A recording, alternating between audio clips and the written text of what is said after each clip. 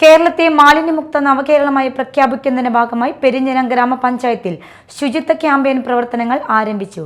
സുസ്ഥിരമായ ശുചിത്വ പരിപാലനം ലക്ഷ്യത്തിനായി മാലിന്യമുക്ത നവകേരളത്തിനായുള്ള പ്രവർത്തനങ്ങളാണ് ഗ്രാമപഞ്ചായത്തിൽ നടപ്പിലാക്കാൻ ഉദ്ദേശിക്കുന്നത്.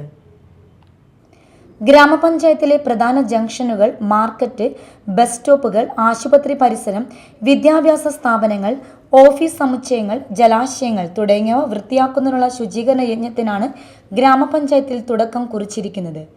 3 പീടിക മാർക്കറ്റ് പരിസരത്ത് നടന്ന ചടങ്ങിൽ പഞ്ചായത്ത് പ്രസിഡന്റ് വിനീത മോഹൻദാസ് പ്രവർത്തന ഉദ്ഘാടനം നിർവഹിച്ചു.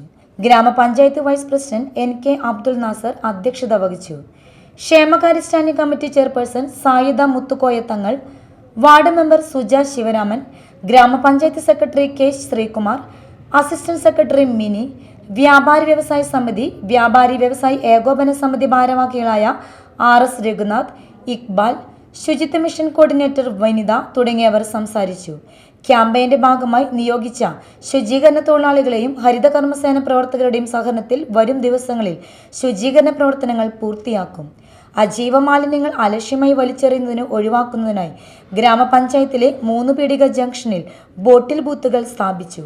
പ്രധാന കവലകളിൽ കൂടി വരും ദിവസങ്ങളിൽ ബോട്ടിൽ ബൂത്തുകളും വേസ്റ്റ് ബിന്നുകളും സ്ഥാപിക്കും. Media time, Kodungallur.